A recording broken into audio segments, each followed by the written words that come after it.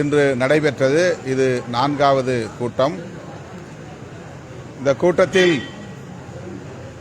ஊரக வளர்ச்சித்துறை மற்றும் மக்கள் நல்வாழ்வுத்துறை ஆகிய துறைகளை சார்ந்த 4-5 திட்டங்கள் விவாதத்தில் எடுத்துக்கொள்ளப்பட்டன.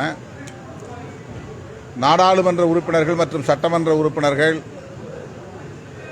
இதில் பங்கேற்று தங்கள் தரப்பு கருத்துக்களை பதிவு செய்தோம். குறிப்பாக விடுதலை சிறுத்தைகள் கட்சியின் சார்பில் 100 நாள் வேலை திட்டம் தொடர்பாகவும் பிரதமர் பெயரிலான வீடு கட்டும் திட்டம் தொடர்பாகவும் உயர்கல்வி பெற உள்ள மாணவர்களுக்கான போஸ்ட் மெட்ரிக் கல்வி உதவித்தொகை தொடர்பாகவும் பல்வேறு கருத்துக்களை முன்வைத்தோம். 100 நாள் வேலை திட்டம் என்று அதற்கு பெயர். ஆனால் சராசரியாக 30 அல்லது 40 நாட்கள் தான் வேலைகள் வழங்கப்படுகின்றன.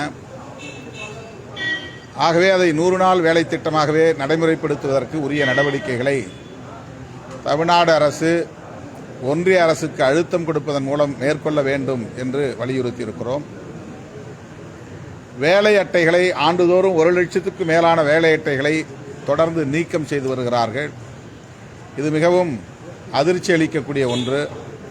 இது குறித்து தமிழ்நாடு அரசு ஒன்றிய அரசுக்கு தமது ஆட்சேபனையை எதிர்ப்பை பதிவு செய்ய வேண்டும் என்று வலியுறுத்தியிருக்கிறேன். போஸ்ட் மெட்ரிக் ஸ்காலர்ஷிப்புக்கான வருமான வரம்பு பொருளாதாரத்தில் நலிவடைந்த சமூக பிரிவினருக்கு 8 லட்சமாகவும் சட்டமன்றத்தில் தீர்மானம் நிறைவேற்ற வேண்டும் என்று விடுதலை சிறுத்தைகள் கட்சியின் சார்பில் வேண்டுகோள் வைத்திருக்கிறோம். அதேபோல பழங்குடியினருக்கான வீடு கட்டும் திட்டத்தை இன்னும் விரிவுபடுத்த வேண்டும். தேங்கி விடுகின்றன, கட்டி முடிக்கப்படுவதில்லை, திட்டம் நிறைவேறவில்லை, பயனாளிகளும் பயன்பெறவில்லை என்கிற நிலை இருக்கிறது. எனவே அதற்கு 5 லட்சம் என்கிற அடிப்படையிலே நிதி உயர்த்தப்பட வேண்டும். இதனை தலைமை உரையிலேயே முதலமைச்சர் குறிப்பிட்டார். 3.5 லட்சம் ரூபாய் மத்திய அரசு, இந்திய ஒன்றிய அரசு பங்கு தொகையாக வழங்க வேண்டும் என்று ஏற்கனவே வலியுறுத்தி இருக்கிறோம். போன கூட்டத்தில் திருமாவளவன் எழுப்பிய இந்த கேள்விக்கு நாங்கள் விடை தரக்கூடிய வகையிலே இந்த நடவடிக்கையை மேற்கொண்டிருக்கிறோம் என்று முதல்வர் அவர்கள் குறிப்பிட்டார்கள். அதை இந்த கூட்டத்தில் மறுபடியும் நாங்கள் வலியுறுத்தி சொல்லியிருக்கிறோம். அடுத்து, பெண்களுக்கு மார்பக புற்றுநோய், கருவாய் புற்றுநோய் அதிகரிக்கக்கூடிய மாவட்டங்களை கண்டறிந்து ஆரம்ப சுகாதார நிலையங்களிலேயே அதனை தொடக்க நிலையிலேயே கண்டறியக்கூடிய கருவிகளை பொருத்த வேண்டும், வைக்க வேண்டும், பயன்படுத்த வேண்டும்.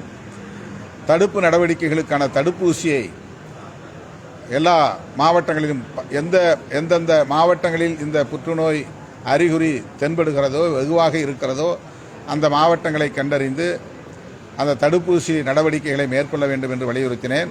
மக்கள் நல்வாழ்வுத்துறை அமைச்சர் மாண்புமிகு மா சுப்பிரமணியம் அவர்கள் அந்த நடவடிக்கையை நாங்கள் தீவிரப்படுத்தி இருக்கிறோம், பல்வேறு மாவட்டங்களில் விரிவுபடுத்தி இருக்கிறோம் என்ற விடையை பகர்ந்தார். அடுத்து,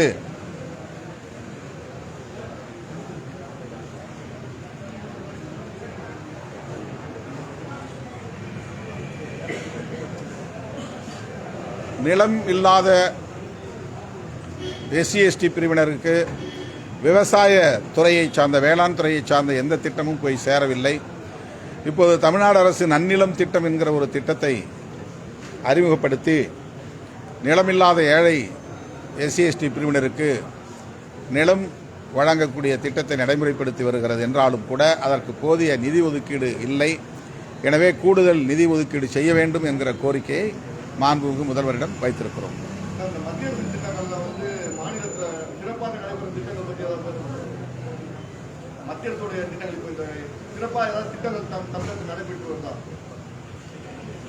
மத்திய அரசு திட்டங்கள்லாம் நடைபெற்று வருகிறது. ஆனால் போதிய நிதி ஒதுக்கீடு இல்லை என்பதுதான் நம்முடைய வருத்தம். அதிலே பிரதமர் ஆவாஸ் யோஜனா திட்டம், கிராமப்புற சாலைகள் இணைக்கும் திட்டம், இதற்கெல்லாம் இன்னும் கூடுதல் நிதி ஒதுக்கீடு செய்யப்பட வேண்டும். அதிலே கூட SC/ST கிராமங்களை இணைக்கிற சாலைகள் அலட்சியப்படுத்தப்படும் நிலை இருக்கிறது. அந்த சாலைகளையும் சிங்கிள் கனெக்டிவிட்டி என்கிற பெயரில் அந்த சாலைகளை இணைக்கிற நடவடிக்கைகளை தீவிரப்படுத்த வேண்டும் என்றும் வலியுறுத்தி இருக்கிறோம். மற்ற மாநிலங்களுக்கு வழங்கப்படும் நிதியும் தமிழகத்தில் வழங்கப்படும் நிதியும் கரெக்டாக இருக்கா, எப்படி இருக்கு? அந்த மாதிரி ஏதாவது கணக்கீடு ஏதாவது? அது குறித்து இந்த கூட்டத்தில் பேசப்படவில்லை. பொதுவாக கடந்த பட்ஜெட், இந்த பட்ஜெட் ஆகிய இரண்டிலுமே தமிழ்நாடு புறக்கணிக்கப்பட்டிருக்கிறது, வஞ்சிக்கப்பட்டிருக்கிறது. தமிழ்நாடு அரசுக்கு தரக்கூடிய கல்வி துறைக்கான நிதியை கூட அவர்கள் நிறுத்தி வைத்திருக்கிறார்கள். ஓரவஞ்சனை அணுகுமுறையை மத்திய ஒன்றிய அரசு தொடர்ந்து பின்பற்றி வருகிறது. இதனை நாம் வெளிப்படையாகவே கண்டித்திருக்கிறோம், நாடாளுமன்றத்திலும் கண்டித்திருக்கிறோம்.